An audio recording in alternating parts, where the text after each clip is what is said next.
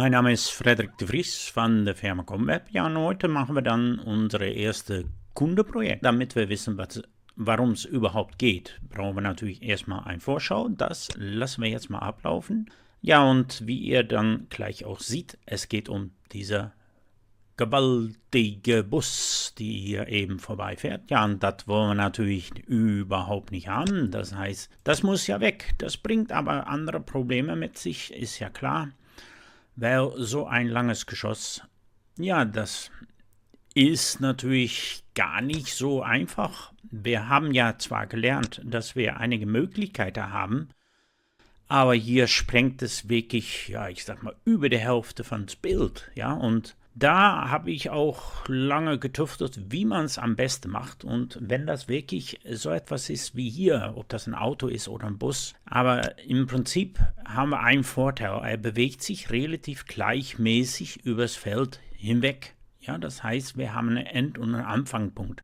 Und wenn das so ist, würde ich Ihnen wirklich vorschlagen, einfach in der Mitte anzufangen und hier dann das Feld so groß oder klein zu machen, dass man wirklich irgendwo anfangen kann. Hier bringt es wirklich nichts zu sagen, ich mache Automatik oder Teach-In oder sonst was. Teach-In würde noch gehen, aber ich glaube auch meine Methode ist hier wieder die beste. Das heißt, ich fange einfach an, ein Rechteck zu ziehen. Das machen wir jetzt mal, damit das Geblinke auch oben aufhört und versuche dies so gut wie möglich zu treffen und ich mache erstmal ganz blöd die komplette Bus.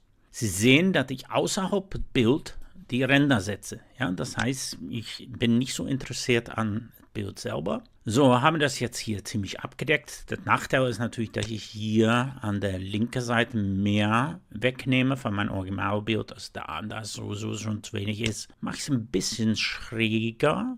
Aber so, dass wir im Prinzip ein bisschen tiefer allgemein landen können. Ja? Ich bleibe aber innerhalb meines Bereichs, mache das sogar hier ein bisschen größer. Ich habe also keine Angst, hier zu viel wegzunehmen, weil da wird sowieso nicht gemessen. So, und damit haben wir unseren ersten Punkt. Ja, und dann geht es im Prinzip hier peu à peu weiter. Das heißt, wir suchen erstmal den Punkt, wo der Bus wirklich anfängt reinzukommen. Ja, und das ist in etwa hier natürlich. Ja, das heißt, hier kommt unser zweiter Punkt hin. Dafür schiebe ich den quasi ein bisschen zur Seite, damit er weiß, er muss hier in Bewegung oder er muss es sich abspeichern. Ja? Es ist also nicht schlimm, wenn Sie hier in der schwarzen Bereich im Prinzip rübergehen. So, jetzt wird es aber wichtig, dass wir im Prinzip hier mitkommen. Und ich mache das am liebsten hier durch wirklich zu sagen, ups, genau das will ich nicht, sondern dass ich wirklich auf den Punkt packe und den dahin schiebe. Und dann schauen wir mal, inwieweit das Sinn macht. So, das heißt, ich gehe wirklich radikal durch und sage ihm, verfolge diesen Bus.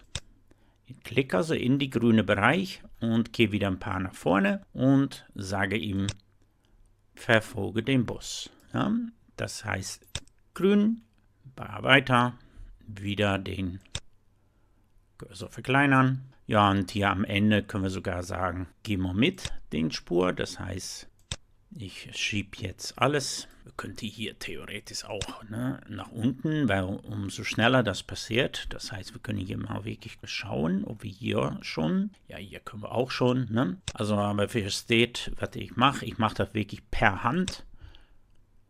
So, und hier sind wir im Prinzip schon raus. Das heißt, hier ist das Ende. Ich schaue, inwieweit er wirklich den Bus abdeckt. Ja, hier ist es auch noch viel zu hoch. Das heißt, auch hier gehe ich wieder runter. Es reicht, wenn der Bus im Prinzip in der grünen Bereich liegt. Ja, und irgendwie ist das nicht ganz gerade. Ne? Es fährt auch ein bisschen auf uns zu und dadurch haben wir die Perspektive, dass er immer größer wird. Aber letztendlich ist das schon erstmal so das Wichtigste. Ja, hier haben wir den sowieso am Laufen. Das heißt, hier bleibt er so, wie er ist. Jetzt sieht er, was mein Vorteil ist. Ich brauche wirklich nur zu warten, bis das hier endet. So, hier gehen wir schon mal einen neuen Punkt machen. Das tut man einfach dadurch, dass man dieses Feld bewegt. Gehe dann ein bisschen weiter und jetzt verfolge ich den wieder, sodass so schnell wie möglich natürlich dieser Bereich freikommt. So, jetzt wieder ein bisschen weiter und Wir ziehen wieder komplett nach, ja, bis zum Ende im Prinzip oder bis der Bus nicht mehr sichtbar ist. Immer darauf achten, dass da oben natürlich alles bedeckt ist. Hier wird er sowieso kleiner, der Bus. Da könnten wir auch dementsprechend... Ne, ich lasse das lieber so. Und dann habe ich in jedem Fall nicht zu wenig. Ne? Ich glaube nicht, dass das in die Ecke da so schlimm ist. So, hier fliegt er raus. Also hier fliegen wir auch raus. Und das Ende weit genug. So, das war es eigentlich schon. Das heißt, wir haben so eigentlich... damit am wenigsten Punkte und die Punkte sind eigentlich schon richtig. Wir schauen das Ganze mal. Ja, hier wird hier länger und im Prinzip sagen wir ihm jetzt, mach mal kleiner. Inwieweit das ausreicht, müssen wir jetzt mal betrachten. Deshalb stelle ich mir wieder auf einer der Keys, die ich ausgewählt habe, hier auf Ergebnis Anzeige. Und jetzt sehen wir, aha, der Bus ist tatsächlich verschwunden. Das können wir natürlich auch nochmal anschauen mit ja, lass ihn mal ausrechnen. Das heißt, wir fangen hier an und sagen ihm, er soll das mal zeigen. Gut, ihr seht ja, die gelbe Linie wird wieder erstellt. Ja, und das sollte uns schon die Möglichkeit geben, dann nachher zu sehen, wie weit das wirklich was wird. Für mich ist erstmal ganz, ganz wichtig, dass wir natürlich alles innerhalb unserer ausgerenderten Bereich kriegen und dass es natürlich keine Bus mehr gibt, ja, weil das ist eigentlich das Wichtigste. Aber auch hier, ja, hier haben wir in den unteren Bereich, sehen Sie, da ist ein bisschen rot, das heißt, da haben wir wirklich so eine Maske noch. Das heißt, Füllprobleme. Er weiß nicht, was er da auswählen soll. Das erstaunt mich, dass das gerade unten ist.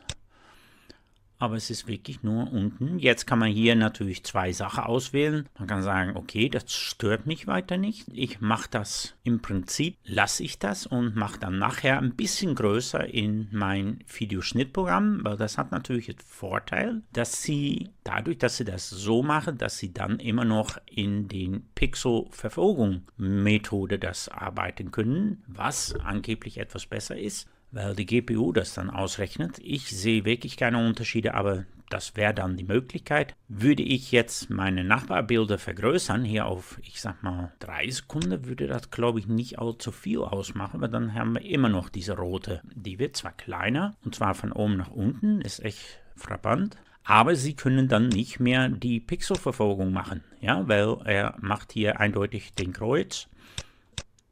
Ich kann also nur mit der Tempo-Methode jetzt wirklich sagen, ich mache das weg. Ja, und jetzt sehen Sie, das klappt. Gehen wir mal auf 4 Sekunden in etwa. Ich würde es wirklich so wenig wie möglich machen. Auch das klappt. Ich denke, das sollte reichen. Wir können noch mal ein paar Tests machen. Ja, 4 Sekunden. Ganz klein bisschen hier unten. Das werden Sie aber nicht merken, weil Sie wissen ja, dass da dann statt des Tempo die Farbfüllung genommen wird. Und das ist in der unteren Bereich nicht ganz so dramatisch. Ich finde es sehr, sehr gut gelungen, weil wir wirklich einen riesen Bus hier rüberfahren haben. Lange Rede, kurzer Sinn, wir werden das hier mal jetzt wegsetzen als Export und Export starten. Ja? Es ist also wirklich so, dass Sie, wenn Sie hier an der rechten Seite das Kreuz sehen, dass Sie nicht in der Lage sind, das über die GPU auszurendern. Ja? Deshalb immer darauf achten, inwieweit hier so kleine rote Xen erscheinen. Wenn keine Xen da sind, dann können Sie natürlich auch mit der GPU-Lösung arbeiten. Bedenkt aber, dass die GPU-Lösung eine 5-fache Arbeitszeit in etwa braucht und dass Sie damit relativ lange dann unterwegs sind. Ich warte mal eben, bis er fertig gerendert ist und komme dann wieder, weil im Moment läuft er schon bei 6 Minuten.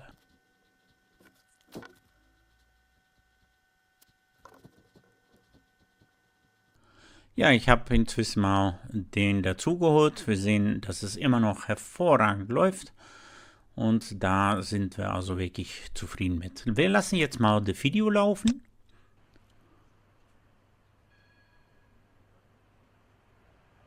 Ja, und ich denke, das sieht schon gut aus, aber jetzt sehen Sie auch, was ich von Problemchen habe. Und zwar, wenn Sie es nicht gesehen haben, wir machen es nochmal, unten haben wir so kleine Versätzen, weil diese Leute laufen durch das Bild. Ja, und dadurch weist das Programm im Prinzip nicht mehr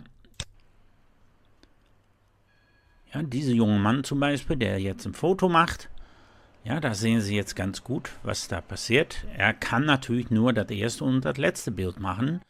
Ja, und bei dem ist es noch nicht so schlimm, aber kurz davor kommt da so ein Fahrrad und der macht das natürlich ganz böse, weil, ja, der macht das eigentlich kaputt. Sehen auch, dass wir ein leichtes Schwenker haben, von oben nach unten. Ja, deshalb würde ich hier vorschlagen, bevor Sie hier zu viel Probleme kriegen, dass man ein klein bisschen einsuppt während der Montage. Das heißt, dass Sie unten einfach rausschwenken, damit Sie das dann nicht mehr wirklich mitkriegen. Ja, und damit haben Sie wirklich das Bild noch gerettet. Ja, das ist im Prinzip das Maximale, was Sie rausholen können. Und das ist für den Kunden enorm wichtig gewesen, weil das seine einzigste Außenaufnahme von der Kirche war. Ja, und wenn man nur dann noch so einen Bus aufnimmt, dann weiß man natürlich, ist man mit so etwas schon 1000-mal besser geholfen, als wenn da die Bus zu sehen ist.